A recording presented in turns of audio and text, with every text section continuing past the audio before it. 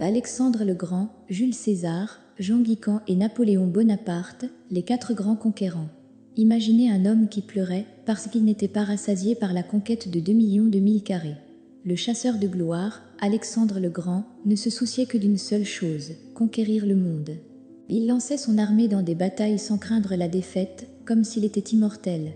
Et pourquoi ne le croirait-il pas? L'homme était sur une série de victoires pendant 10 ans. Ces hommes étaient fatigués et désiraient rentrer chez eux pour profiter des luxes qu'ils avaient acquis. Mais leur roi ne se souciait pas des richesses. Il se préoccupait à peine de gouverner, préférant la conquête. Tout se passait bien pour lui, jusqu'à ce qu'il se heurte à un obstacle en Inde. Alexandre perdit de nombreux hommes lors de sa bataille la plus difficile contre Poru. On dit qu'il fut blessé lui-même, alors que son cheval mourut au combat.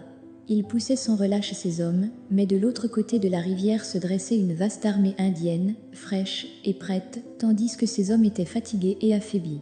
Ils supplièrent Alexandre de mettre fin à la journée, à la campagne, voire à l'Empire, mais il rentra chez lui. Et pour une fois, monsieur n'écouta personne. Il fut contraint de se plier. C'était le début de la fin pour lui. Renommé pour ses excès de boisson, il dépassa les limites une nuit et tomba sérieusement malade. Ces généraux opportunistes se rassemblèrent rapidement pour voir leur roi et lui demandèrent à qui appartiendrait son vaste empire après sa mort. Alexandre répondit « au plus fort ».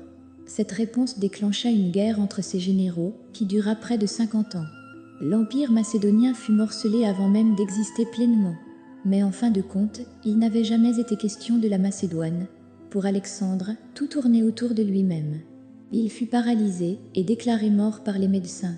Les historiens grecs écrivent que le corps d'Alexandre n'a pas subi de décomposition pendant 6 jours après sa mort, ce qui prouverait que ce roi guerrier était effectivement un dieu. Cependant, ils n'ont pas réalisé qu'il n'était pas mort initialement. Les scientifiques modernes pensent qu'Alexandre a souffert d'un trouble neurologique l'ayant plongé dans le coma. Il est très probable qu'Alexandre ait entendu les complots de ces hommes avant d'être enterré vivant. Ensuite, nous avons le fan inconditionnel d'Alexandre, Gaius Julius César. Alors qu'Alexandre pleurait, car il n'avait plus de monde à conquérir, il est rapporté que César a éclaté en larmes en lisant les exploits d'Alexandre. Il a dit à ses hommes, à son âge, il avait conquis Darius, mais jusqu'à présent, je n'ai accompli rien de tel. Son modèle étant Alexandre, il s'est finalement révélé être comme lui, obsédé par lui-même et narcissique. Une fois qu'il eut acquis un pouvoir considérable, en tant que général et homme d'État, il a sapé le système républicain romain et s'est proclamé dictateur perpétuel.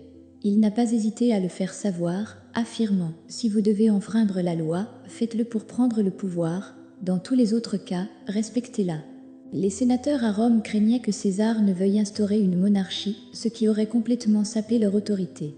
Le 15 mars 44 avant Jésus-Christ, un groupe de 60 sénateurs a assassiné César lors d'une réunion du Sénat.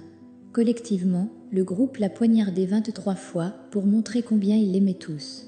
La dernière chose que César a vue était son propre fils adoptif et allié de confiance, Marcus Brutus, parmi les assaillants. Cela nous amène à l'ère médiévale. Alors qu'elle était principalement célèbre pour les croisades, elles furent éclipsées par Genghis Khan, qui émergea en tant que bête de l'Est. Il parvint à conquérir 2 fois plus de territoire qu'Alexandre et était déterminé à soumettre le monde entier sous une seule épée. Mais contrairement à Alexandre ou César, il ne se considérait pas comme un dieu ou un messie. Il savait qu'il était un tyran et se vantait ouvertement à ce sujet en ces termes. Le plus grand bonheur est de disperser son ennemi, de le chasser devant soi, de voir ses villes réduites en cendres, de voir ceux qu'il aime enveloppés de larmes, et de rassembler dans son sein ses femmes et ses filles. Il existe plusieurs récits de sa mort.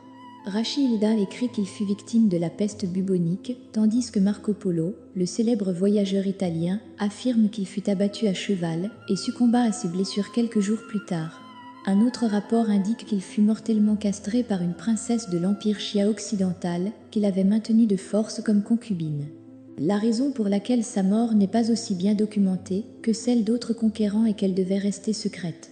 Avant de mourir, Khan a instruit sa famille et ses disciples de garder sa mort secrète, car elle est survenue au pire moment possible. Les Mongols étaient à la phase cruciale de leur conquête tant désirée depuis 20 ans de l'Empire Xia occidental. Cette conquête était plus importante pour le mourant Genghis Khan que ses propres funérailles grandioses. Même son corps a apporté la mort, les disciples de Khan ont massacré tous ceux sur le chemin emprunté par son cortège funèbre pour maintenir le secret. En avançant rapidement de 5 siècles, peut-être le plus grand conquérant ayant vécu était Napoléon Bonaparte. La transition des épées et des lances à l'artillerie avait eu lieu, et Napoléon était un génie incontesté dans l'art de la guerre. Bien qu'il soit devenu empereur au nom de la défense de la France révolutionnaire, on peut constater que ses ambitions l'ont porté bien au-delà. Sa personnalité était probablement encore plus singulière que celle des autres grands conquérants. César se considérait comme le seul messie pour son peuple, Alexandre se croyait Dieu, Genghis était un beau-père tyran, et Napoléon se considérait comme un artiste de la guerre. On dit qu'il a déclaré « J'aime le pouvoir, mais c'est en tant qu'artiste que je l'aime ». Pour lui, le champ de bataille était une toile, et il en était l'artiste la dessinant. Sa capacité de concentration était immense, tout comme sa mémoire des détails et des faits. Un jour, lors d'une campagne en 1805, l'un de ses subordonnés ne pouvait localiser sa division, tandis que ses aides fouillaient les cartes et les papiers. L'empereur informa l'officier de l'emplacement actuel de son unité, où il se trouverait pour les 3 prochaines nuits, l'état et le résumé de la force de l'unité, ainsi que le dossier militaire du subordonné. Parmi une armée de 7 corps et un total de 200 000 hommes, avec toutes les unités en mouvement, il avait une vision globale de toute cette organisation dans sa tête.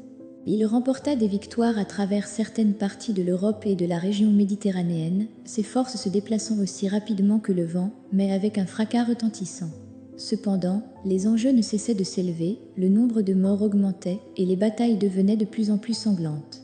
Finalement, il fut vaincu lors de la bataille de Waterloo en 1815 et capturé par les forces britanniques. Il ne fut pas condamné à mort, car les Britanniques ne voulaient pas qu'il meure en martyr.